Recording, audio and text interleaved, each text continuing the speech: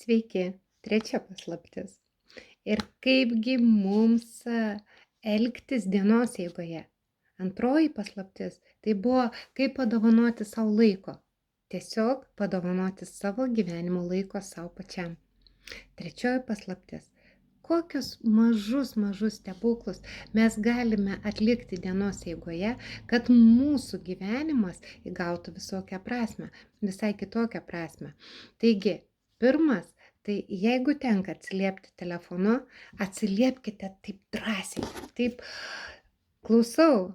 Sveiki, kaip malonu man jūs matyti, girdėti ir su jumis bendrauti. Tiesiog jūs turite atsiliepti labai energingai ir tai yra labai svarbu, nes pokalbio pradžia ir tas pozityvus nusiteikimas, negu kad atsilieptumėt alio, ką, ane, nu ir klausau jūsų, kaip malonu. Būtinai pažiūrėsime. Net tuos pačius dalykus išgirdę, mes galime sureaguoti visai kitaip.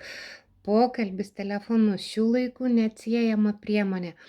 Prašau, darykite tai energingai ir su nuostabia nuotaika, nes jūsų balsas dovanoja pasauliui energiją, o kai jūs ją dovanojate pakilę, atgal gauname tą patį. Antras, dažnai mūsų gyvenime įkvepia įvairiausios mintis, bet mes einam, dirbam, kažką darom ir staiga mes prisimenam, kad va šitą reikėtų prisiminti. Kažkokia mintis atėjo, tokia įkvepianti, nuostabi. Visada turėkite va tokių mažų lapelių, spalvoti, jie būna kanceliarinėse, jie tikrai nebrangiai kainuoja ir rašiklė. Nes milijonieriai visada sako, palaukit, aš užsirašysiu. O žmonės, kurie nenori nieko siekti ir neturi savo tikslų, jie sako, gerai, aš atsiminsiu. Tai kasgi norite būti?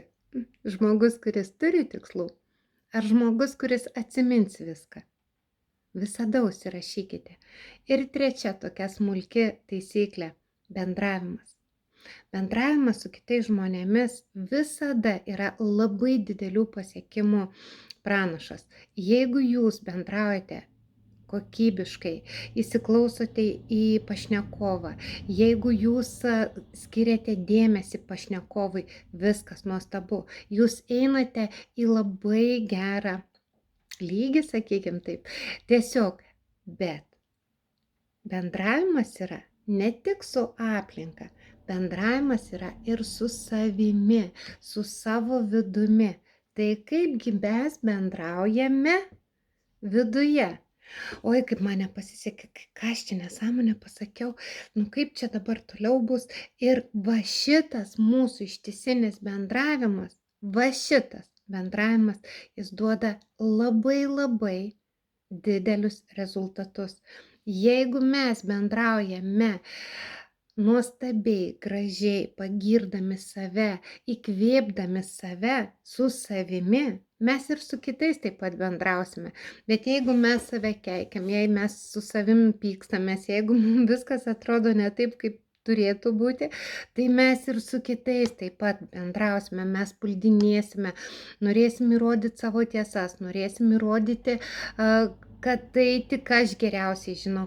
Mes labai dažnai per bendravimą, sako, yra žmonių, kurie sako, aš tai bendrauju. Na ir kas, kad tu tai bendrauji, bet tu gali mokytis, aš kažkada iš vis bijojau bendrauti, prakalbėti man būdavo didžiausia katorga, nes aš geriau tylėjau, žiūrėjau ir šypsojaus ir nieko nesakiau, nes, tiesiog, kad ir turėjau ką pasakyti, bet nemokėjau tai pasakyti. Tai bendravimas, kasdieninis bendravimas ugdo mūsų bendravimo įgūdžius. Ir nuostabus gydytojas, žmogus, kuris įkvepiančias knygas rašo, rašytojas, Oliveris Holmsas yra pasakęs, žmogaus protas turi galią. Kai jį išplėti įvairiais naujais dalykais, jis nebemoka susitraukti. Jis tik gali dar daugiau prasiplėsti.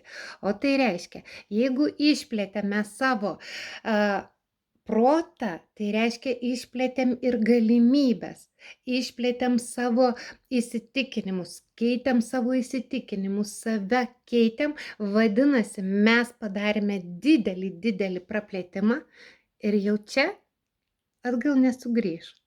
Nebent atsiras nauji iššūkiai ir mokysimės naujų dalykų. Ir tada dar kartą prasiplėsim. Ir tada iki mūsų galės ateiti daug geresnės, daug didesnės galimybės. Taigi, su jumis Eligė ir skaičių magija. Jeigu tinka ir patinka, spauskite patinka, prenumeruokite ir keliausime toliau. O jums linkiu, būkite palaiminti savo gyvenimuose, savo darbuose, savo sveikatose, savo mintyse, visur, lai tūkstančiai palaiminimų skrieja pas jūs, į jūsų namus, į jūsų šeimas ir jums asmeniškai. Taigi ir iki.